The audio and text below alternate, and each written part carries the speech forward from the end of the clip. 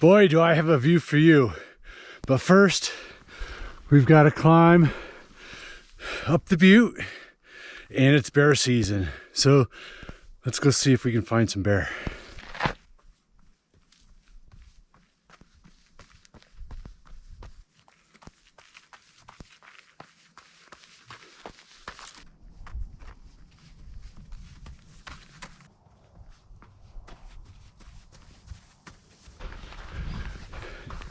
Wanted to get out to Blacktail Butte one more time.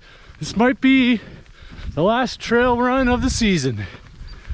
I was expecting snow, but thought it would be a little bit more packed down than it is. Poor shoe choice today with the lugs.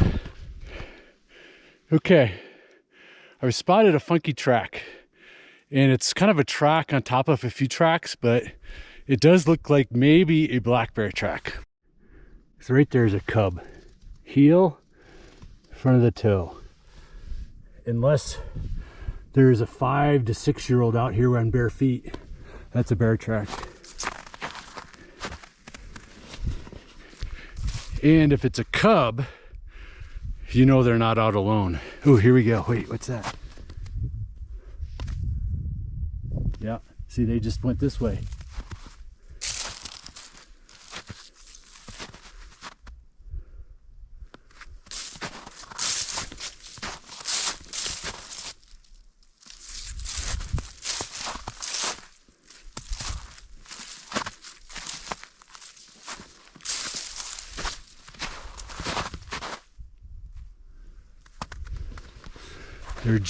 They're just old enough where you can't really get a good footprint look, but we're gonna keep going. They definitely did kind of just some walking around here because tracks are going both ways.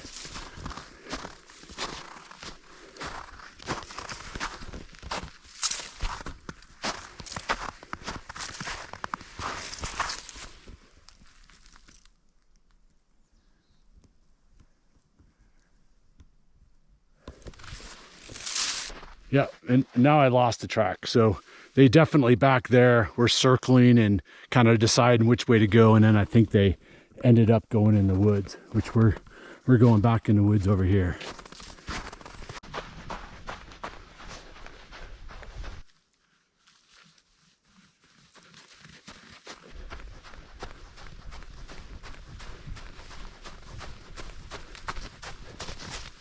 Okay, I think I see another exit bear tracks.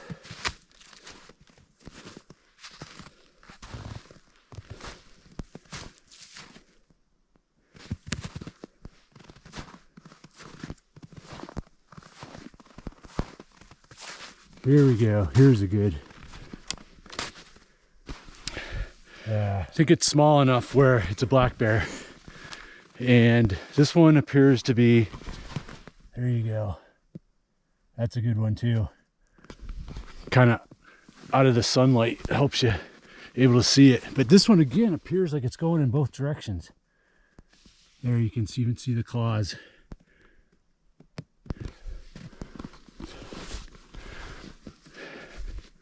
Yeah, it's kind of, seems like it kind of went into the woods and then back out. But I don't see it here. Just got a, that's an elk or a big deer, small deer.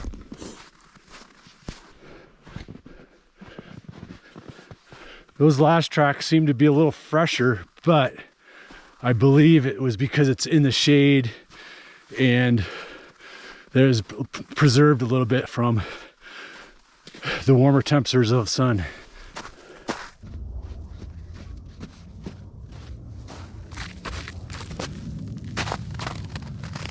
So I have a different video for you today. This past week, I had a phone interview with a publication, and the topic was running in the gray zone, or that intensity that's not really easy, but not really difficult, kind of that moderate type of effort, sub-threshold, whatever you want to call it. I like to say moderation is mediocrity in disguise. So there's a lot of good stuff here. That's why I just kind of wanted to share the interview. I actually filmed it. so I could gather all the content for you guys and share it with you. So have a look, check it out. See you in a bit.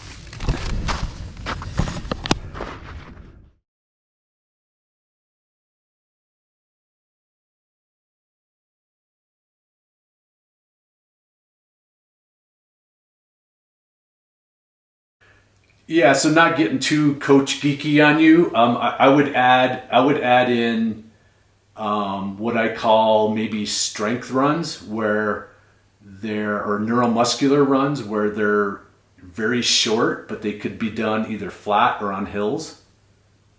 That are very, very important. And when I say short, we're talking anywhere from like 8 to 20 seconds. Yeah, because I think you could do speed maybe up to 2 minutes, where this is very, very short, very, very fast, and with a lot of recovery. 2 to 3 minutes. Exactly. Yeah, because there's a lot of biochemistry that needs to take place in between, and you need that long for that to take place within the body.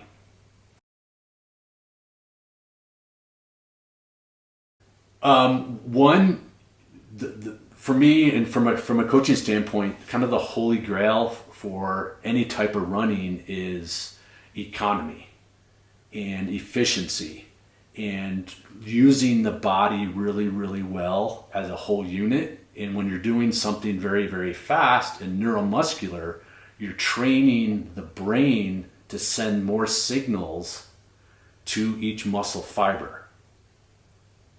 And that is a huge thing. So especially from an endurance standpoint, it sounds counterintuitive of doing something very, very short and fast for endurance, but it turns more muscle fibers on versus creating bigger muscle fibers. So from an endurance standpoint, we want to invite more muscle fibers to the party rather than building the ones we have at the party bigger, if that makes sense. More signals we can send to more muscles, the more efficient and economical we will become as runners and as athletes. Yeah, so endurance runs would be typically your runs where maybe you're burning fat as fuel. You're running long. They could be your long runs, or they're moderately long runs throughout the week that are easy. So you're getting that fat burning aerobic base. That's again so important for any type of running, and probably the endurance run that most people are familiar with. Speed runs, I would say, again, this sometimes can be misused. Sometimes you'll see anything considered faster than your easy run is speed. I consider speed anywhere from 1 to 3 minutes in length. And that would be kind of your VO2 max effort, if we're talking real lingo and jive. And then recovery runs are going to be easier than your endurance runs that are meant to help you recover and help you be able to maintain maybe a higher volume of running throughout the week rather than an off day.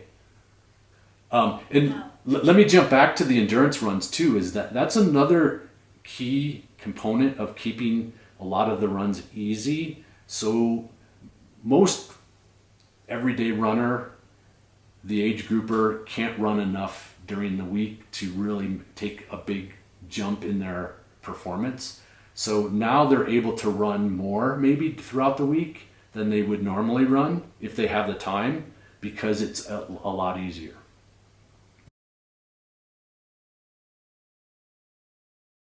It's just super hard because I coach runners on an individual basis, and I might have one runner who needs that. I might have another runner who needs just the opposite of that, where they need speed development. And that's another important thing with what we're talking about, the gray zone, is that a lot of times let's use a runner who's looking to qualify for some race, and it's time dependent, right? And so they might be thinking they need to do more race specific or gray zone running to get faster, but that gray zone steady effort is strength endurance or speed endurance. Whereas if they're looking to get faster, they need to take a step back and apply speed and endurance separately, and then apply it to the gray zone or speed endurance. And so that improves their potential. And I see so many athletes that are missing that component of they don't build a speed foundation. And so I forget the question, but what was that relationship to? I'm sorry. Yeah. So yeah. Thank you. So someone who's looking to get faster and is their raw speed is not fast enough based on their goals. Maybe that 80-20 is exactly the opposite of what they need to be doing. They maybe need to switch that up, especially if they have experience. So yes and no, and that's where kind of really diving into what the own individual has been doing and what they need to be doing, and hopefully we can convey some of those markers for them today to make that best decision for them.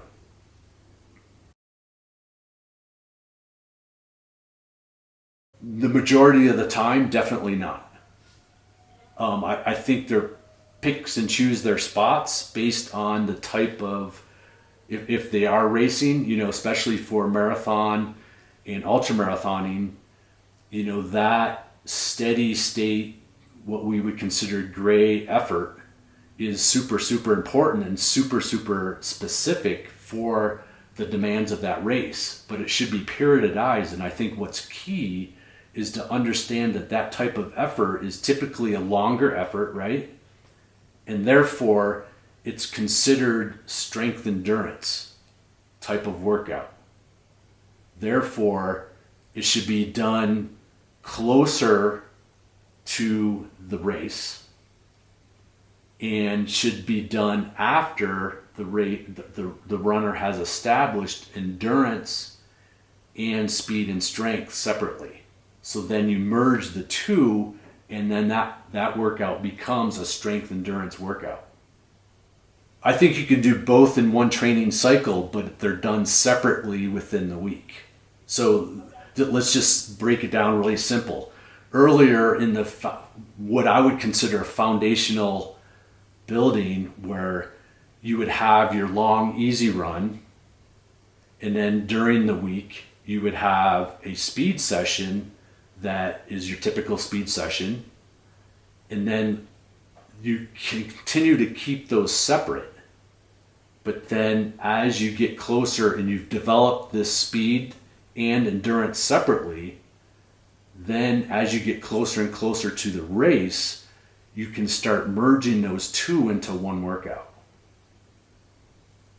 where that might then incorporate what we would consider this gray zone. So instead of your long, easy run, that gets replaced by maybe 4 by 10 minutes, followed by 90 minutes of easy running, ending with some fartlek. So you're putting that all into one workout, which is then a strength endurance workout. Whereas prior, there was strength and then there was endurance separately. Does that make sense? Yeah. And again, that's what becomes most specific to the race. So, how you want to structure a program in general is the general workouts happen first, and then as you get closer and closer to your race, the more specific they become. And that could include some gray training. But again, that could be 1 or 2 workouts during the week, or 10, 15, 20%.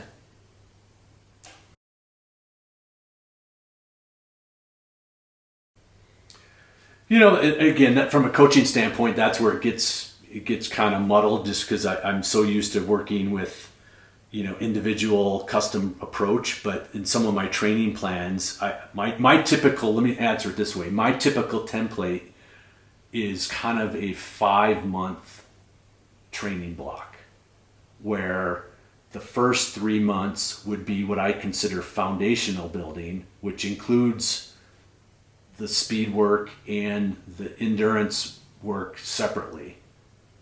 And then the last 2 months would be more of the specific training that would include some more gray type of efforts, where it's strength endurance now. And we're applying all the strength and speed endurance that we've developed in the foundation program, and now applying it to strength endurance, giving the person more strength endurance or more stamina for their specific race.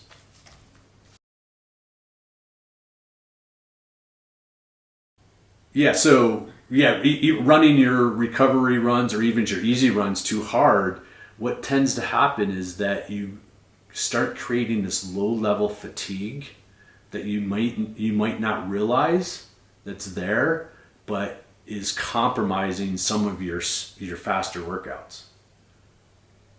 And ultimately, that's going to then lead to a plateau. And so one way of maybe people kind of discovering or creating self-knowledge is if they've hit a plateau, is what they're doing, it's just not working anymore. They could be in this rut of doing their easy recovery runs too hard all the time, and their legs are just not fresh.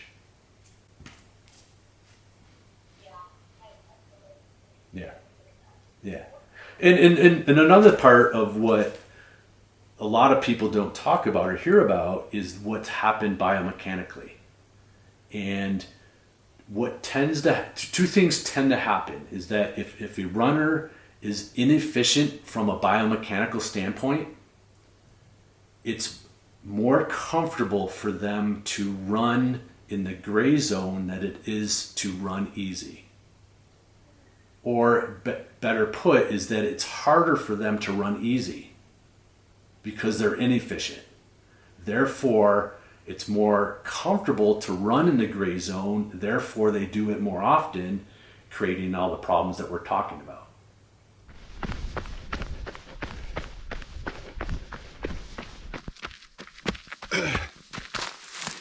Okay, hope you enjoyed that little different video today. Since it was different, let me know your thoughts on it, and if you have any specific comments on running in the gray zone. We'd love to hear those below. That's all I got for you today. Over and out from Jackson Hole. You know it. Run strong, run free, and you know what to do. Pass it on. Be a courier.